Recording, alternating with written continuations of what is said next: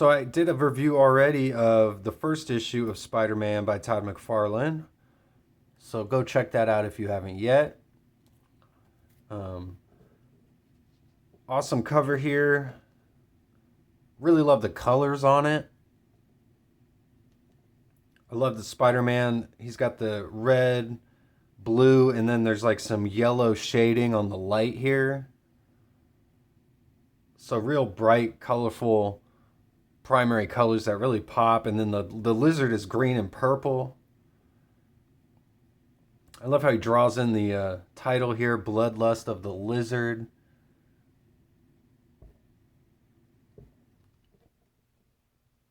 Just some really cool rendering on the alleyway.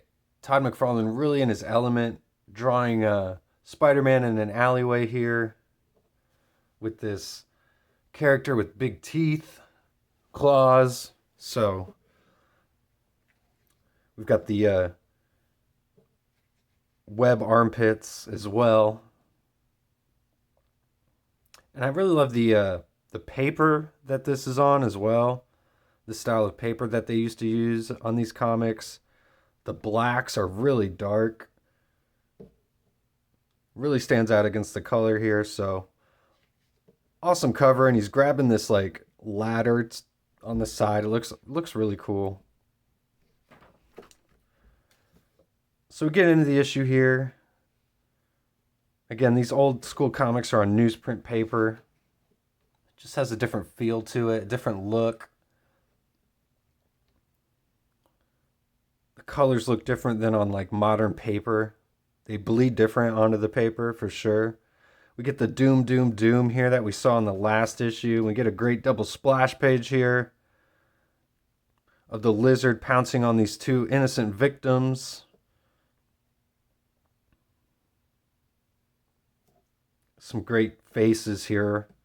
Some great cartooning there. And we get a cool like Stan Lee web here as the spider web drips down with the spider, and we've got the credits here. McFarlane, artist and writer, and Rick Parker's on letters, and Bob Sharon does the colors. Does a really good job on the colors. Jim Salicrup's the editor, and Tom DeFalco is the editor-in-chief here. And then we just see the blood red, the blood dripping down from these two guys who got murdered. And we actually see it's the jam from Peter's toast. He's having breakfast with Mary Jane, but he reads in the paper how there's two more dead. And he sees this CNNR on the wall here on this picture in the paper, and that triggers in his mind that it's Dr. Connors. So he snaps into action, and Mary Jane knows there's nothing he can do when he gets in this mode. Kind of silly how he saw the like graffiti on the wall and realized, oh, it's Dr. Connors. But I really like this face as he's pulling down the mask here.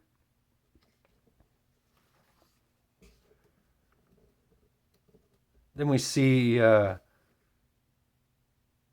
this eyeball with the spider coming down, and it's the villain. I won't spoil it yet until we get to those issues, because I do plan on going through all these Todd McFarlane Spider-Man issues kind of one by one eventually. So you might be able to guess by who it looks like and the content of what's going on here. So they're making like this voodoo stew here. They drop a spider into it and a reptile, which is symbolic for this story that we're reading here between Spider-Man and the lizard, and we see more of the doom drums beating. And Spider-Man can kind of sense it as well. It's screwing with his spider senses. And he gets hit from behind, goes crashing through the glass. I love the blinds, all the little glass shatters here.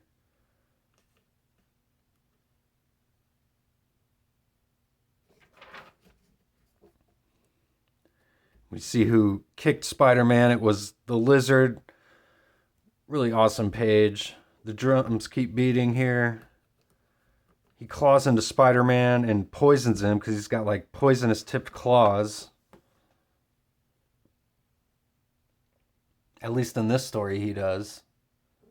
Presumably he's being sent by whoever is beating these drums, creating that voodoo stew, and he's given Lizard these poison-tipped claws and turned him into this murderous creature because Spider-Man can't figure out why Dr. Connors would do this. So Spider-Man keeps fighting back. Some really awesome pages here.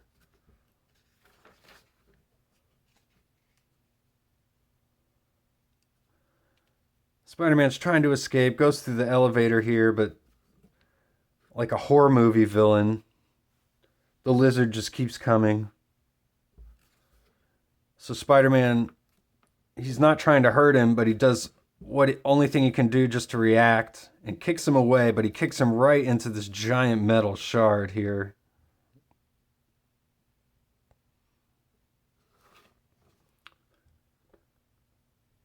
Just a gnarly drawing. It's almost hard to even tell like what's going on there at first, but Lizard gets driven right through this solid steel, as the narration says.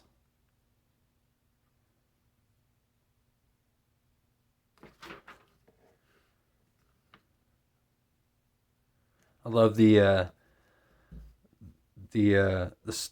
storytelling panels here, just like off kilter as Spider-Man. He's dazed and confused here. They actually showing some blood from the Lizard. Spider-Man looks back, the Lizard's gone, and there's just blood dripping off this giant shard. There's even a blip, blip, blip for like the blood dripping. I really like that.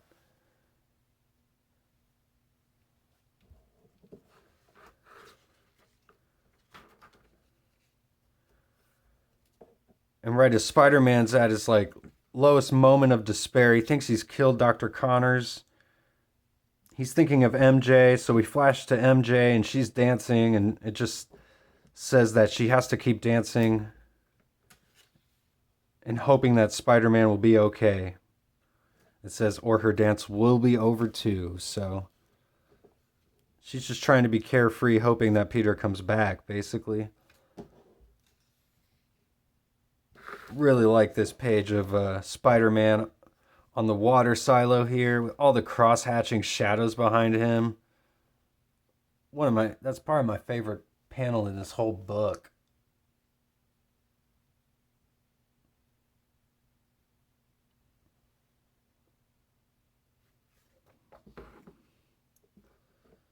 We see more of the character who's behind all this here as well. Spider-Man's trying to come to terms with why he murdered those innocent people. He figures he was probably poisoned. Here's that page I was talking about where there's this page earlier where Mary Jane's got this face, side view, and he's telling the story. We get another one like that with Spider-Man here. He's just talking about Dr. Connors. I love all the webs, though, that make up all the panels here.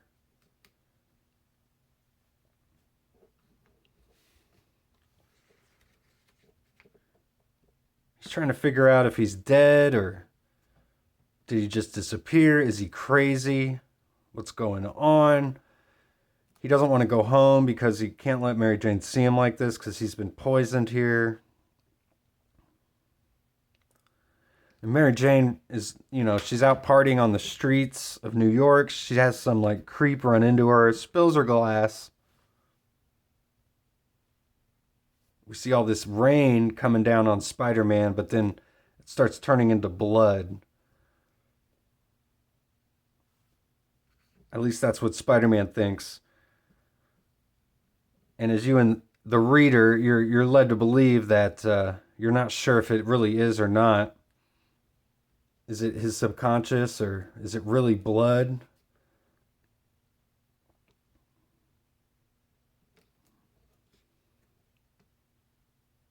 Really cool fingers here on Spider-Man with all the water and the blood dripping down.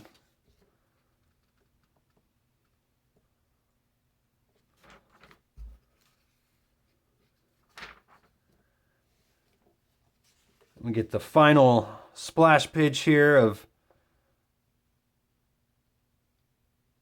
a wounded lizard leaping towards Spider-Man here, leaping towards the camera here, towards us, the reader. I love all the giant scratches on the page to show the rain. And then there's these giant speed lines in the background with the light too. Plus he's bleeding. Just lines going everywhere. Just a really awesome piece to end this issue. We finally got to see Spider-Man go toe-to-toe with his arch nemesis here. Although he's trying to save Dr. Connors ultimately, so... Which, that's kind of the tone that this book has taken. It's just a much darker tone, much more like a horror movie. Like if you've ever seen the intros to like the Spawn cartoon, Todd McFarlane does these like live intros to Spawn where he tries to be all creepy, and that's what all the narration like kind of sounds like in this book to me. And at the time, and still kind of to this day, they don't write a lot of Spider-Man comics in this vein. And it's pretty cool, though. He's not really changing Peter's character at all.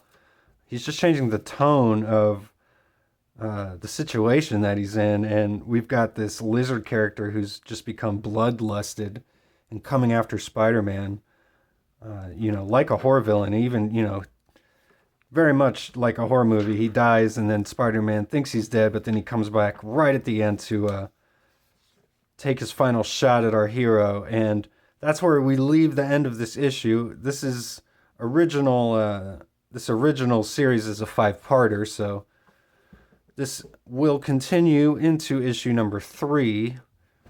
So thanks again for watching. I do post daily comic book reviews, so if you do like videos like this, please like and subscribe, and I'll see you on the next one.